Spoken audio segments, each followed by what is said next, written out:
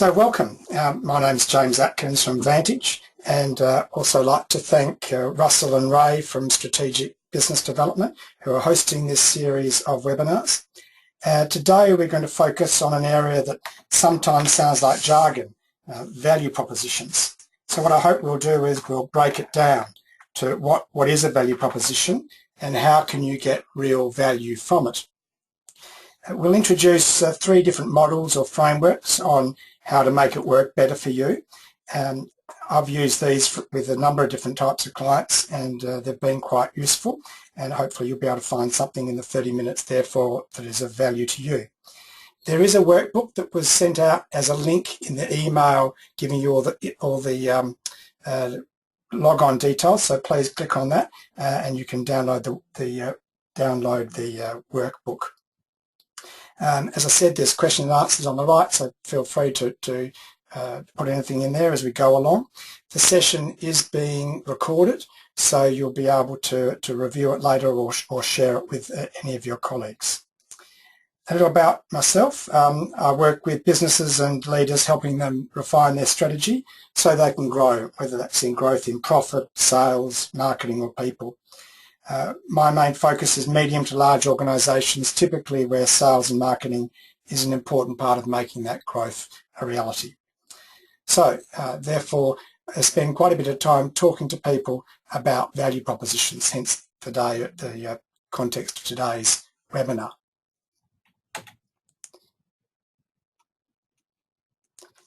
Warren Buffett made this saying, price is what you pay, value is what you get. And I think it's a really good one, because to me, the higher the value you're able to deliver from a customer perspective, therefore the higher the potential price and hopefully return that you'll get. But being clear on what the value it is that you're able to provide is really important. And a lot of so-called value propositions that I see in the market quite often are short on value.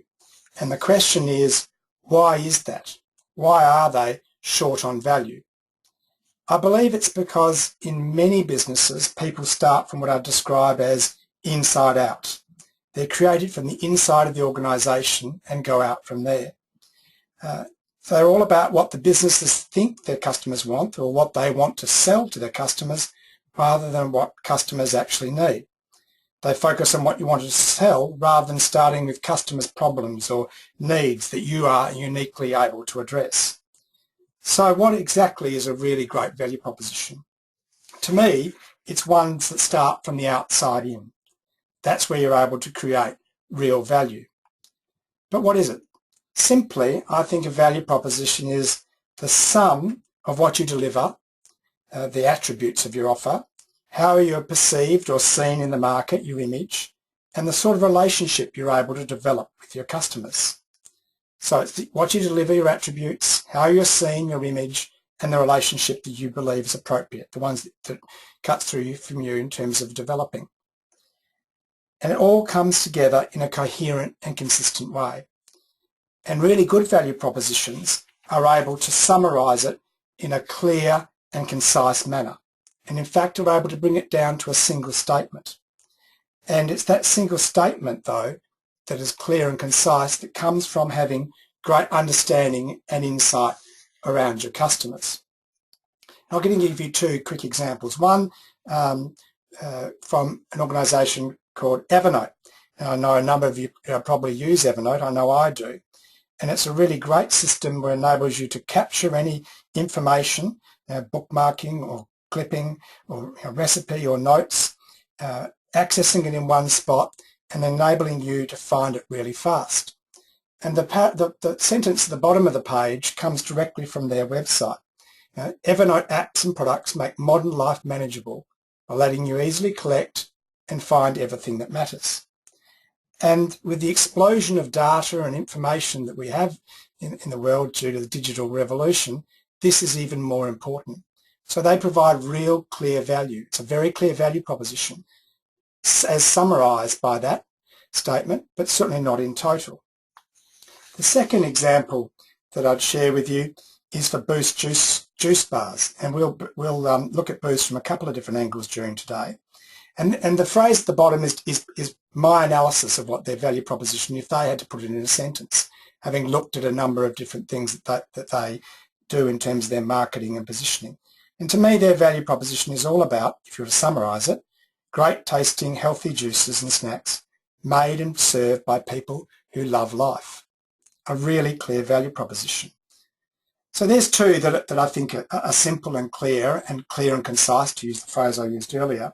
But how do they arrive to that simplicity? Because it's not something you can sit down one day and necessarily write in a sentence, unless you're really talented. I think there's three things. How do you arrive at that simplicity? The first thing is to be really clear on what your total offer is. What is the offer that you're providing? Yes, a statement, but what's behind the scenes that matters? And I'll show you a value proposition wheel that I use that you can do to help you make sure you've got the total offer clear. The second is around having a sustainable competitive advantage. Because that is the foundation of your offer. That is the foundation of your value proposition. And similarly, I'll show you a quick exercise you can do to help you around that. And thirdly, to have a value proposition that's clear, concise and cuts through, you must be starting from the outside in, from the customer's needs and problems, their perspective, their needs. And I'll talk about a simple framework.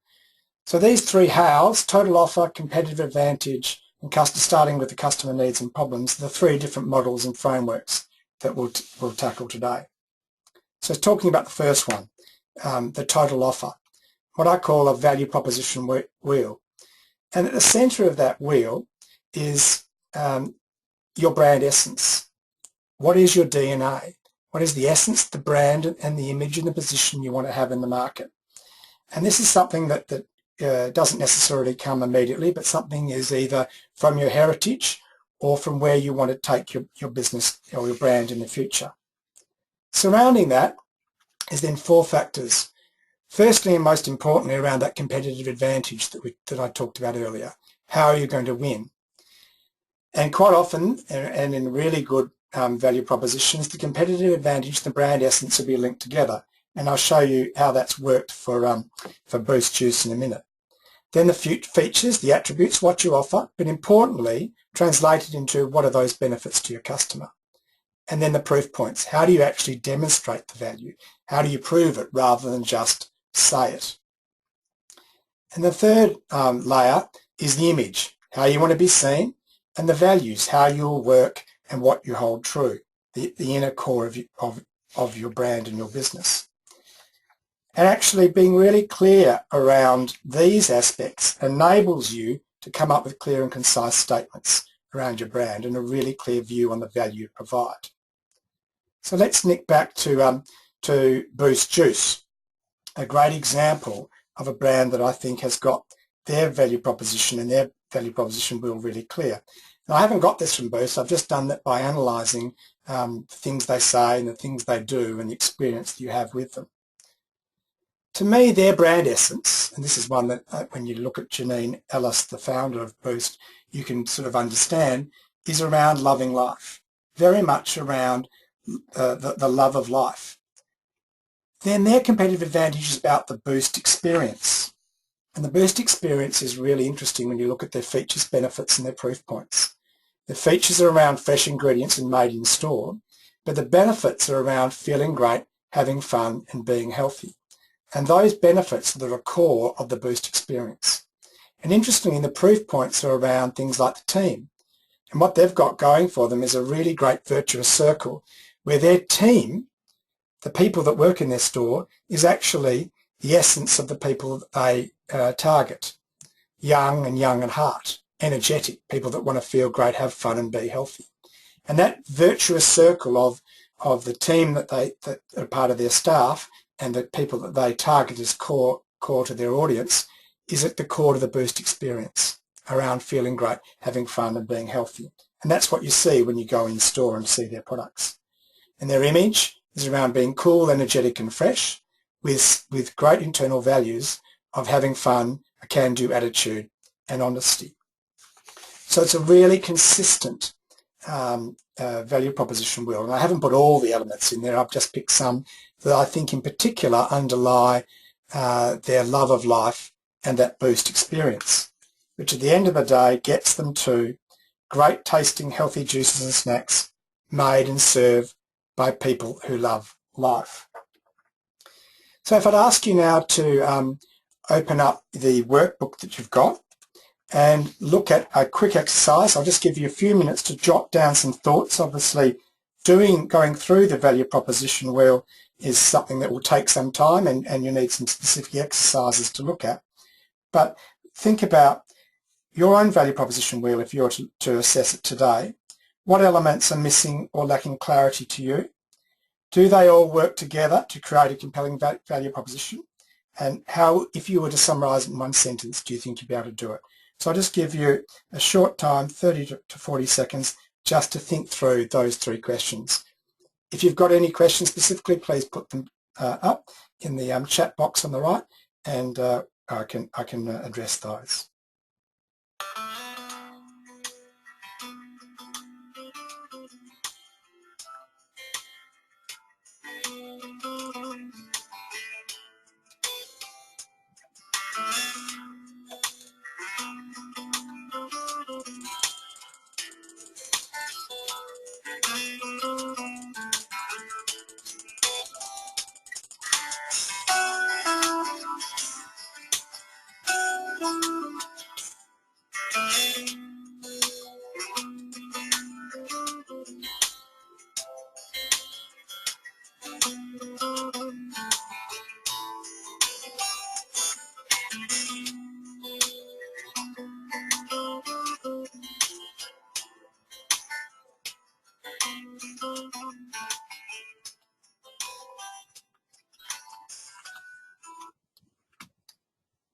Okay, we'll stop there, and hopefully you've been able to identify some of the elements that are missing or lacking clarity for you, and that's something that you can really do when you get back with some of your colleagues. These are the best really looked at in a group initially.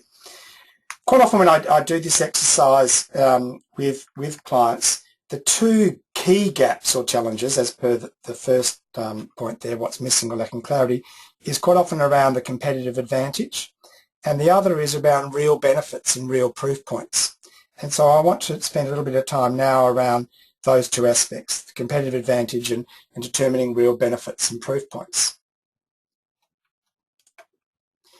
Jack Welch, the ex-GE CEO, said, if you don't have a competitive advantage, don't compete. And I think a lot of businesses, unfortunately, have got wobbly competitive advantages, ones that aren't really all that succinct or clear.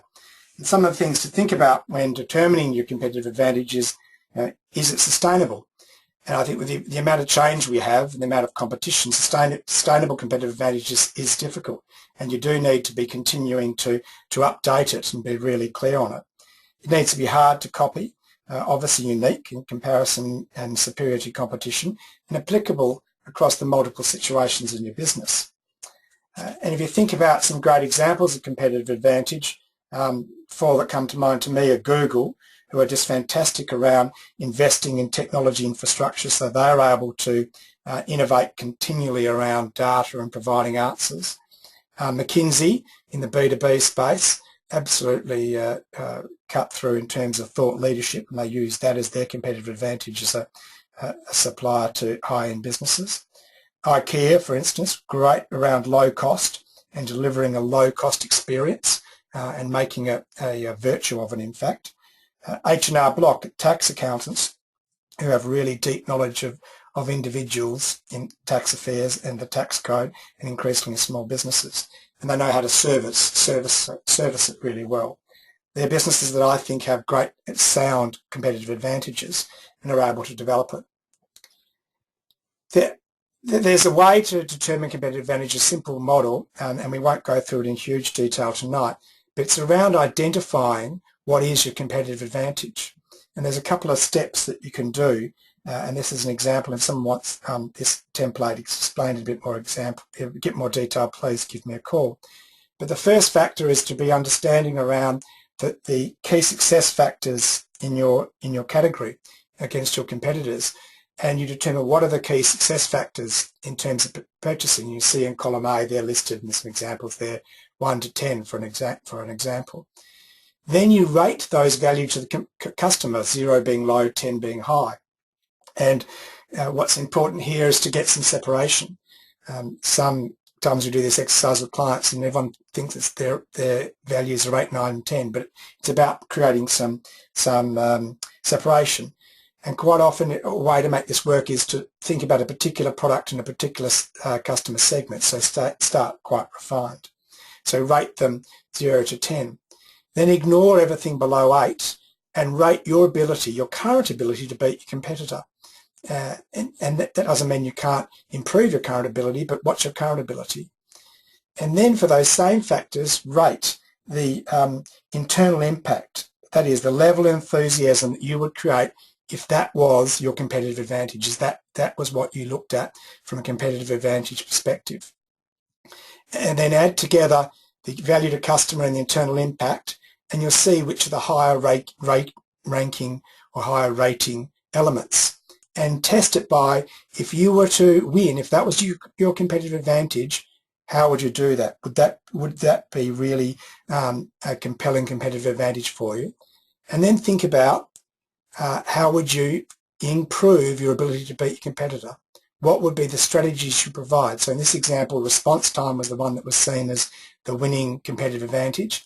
How would you take the response time current ability to beat competitor, in this instance a 7, how would you take it to an 8, a 9 or a 10?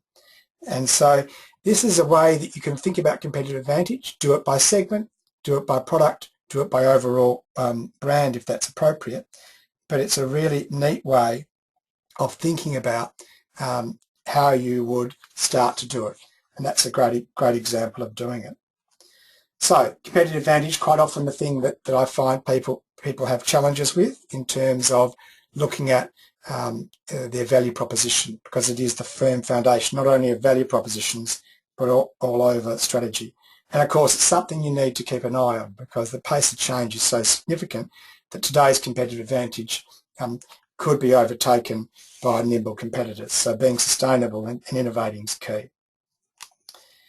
The second issue, key gap or challenge I see is around, as I said, providing real benefits and proof points. And no doubt you've heard of the Pareto Principle, the 80-20 rule, whereby you see that 80% of the value quite often can come from 20% of the effort. 80% of your highest sales can come from 20% of your customers. So this principle, the Pareto Principle, is really useful in thinking about the real products and benefits, real proof points in your offer and your value proposition. And it works like this. And this is the third model I wanted to introduce you to tonight. Firstly is around your core product. The core product, the thing that you offer, the core features, are quite often 80% of your costs, but may only provide as low as 20% of the impact to the customers, 20% of the value to the cost to the customer. It's the products surround, the things that surround your customer, that provide 80% of the impact for a disproportionately lower sense of cost, 20% of the costs. So whilst the core of your product, the core feature, the service, is a big absorption of costs, it may provide a significantly lower amount of impact to the customers versus the things that surround your product, the services, how you position it, the added value can actually have a significantly lower portion of cost but a proportionately higher degree of impact. And this is an interesting way to think about your product and service, either as an overall business or at a service level. And the question is, what are you spending your time focusing on? The products around or the core product? And how do you determine what is in that product surround? And this is where it comes around thinking from the outside in, thinking about it from customers' needs and problems, which is the real core. Now I'm going to use an example here of a business that I've similarly analysed to Boost, which is Jet's 24/7 gyms. And this is a business that reinvented a pretty tired category, a category where many gyms, traditional gyms, were going out of business, to being one of the fast-growing BRW, Fast 100 BRW, having significant growth in revenues. At the end of the day, if you think about it, they are just a gym at the core product, the core in terms of the land, the facilities, the people, the equipment. That's core. So what is it that's different is, in fact, they've innovated around the products around. And they've innovated around the products around by thinking about real customer needs and problems. So if I was to analyse that category before jets came around, I think around, well, there's a real perception around old equipment, that traditional gyms are really crowded, they're expensive, you can't use them when you travel because you're tied into a single membership. Similarly, they're not convenient, full of muscle-bound gorillas, people flexing in front of the mirrors. You're tied in for years from big contracts and not open when you want, not convenient. There's some of the example customer needs and problems. Then if they were to think about it from there, think about how they've innovated around their products around. Well, they've got state-of-the-art equipment. It's all pretty new. They don't have classes because they realised that classes were the things that crowded gyms as people came in and out in big en masse. The expense was around monthly and annual fees, so they brought them down to weekly. They enabled people to access their gyms wherever they worked, access any of their network. Instead of focusing on muscle-bound gorillas, they focus on having family memberships. They don't have contracts, it's weekly fees, and they're open 24/7. So they've really understood what those customer problems are, and then they've determined the products around. And the products around, as you can see, significantly lower cost, but much bigger impact, a key part of their value proposition. So that's the third model I wanted to talk about. So if you could go back to your workbook for just a minute or so and think about the products around in this sense. So what are your customers' real problems and needs? How would you refine your offer in the products around to meet those needs and solve the problems? And how could you then deliver them across your customer touchpoints? Because that's the other thing I think is of real value, across the customer touchpoints. So I'll just give you a few seconds just to jot down some of your thoughts initially.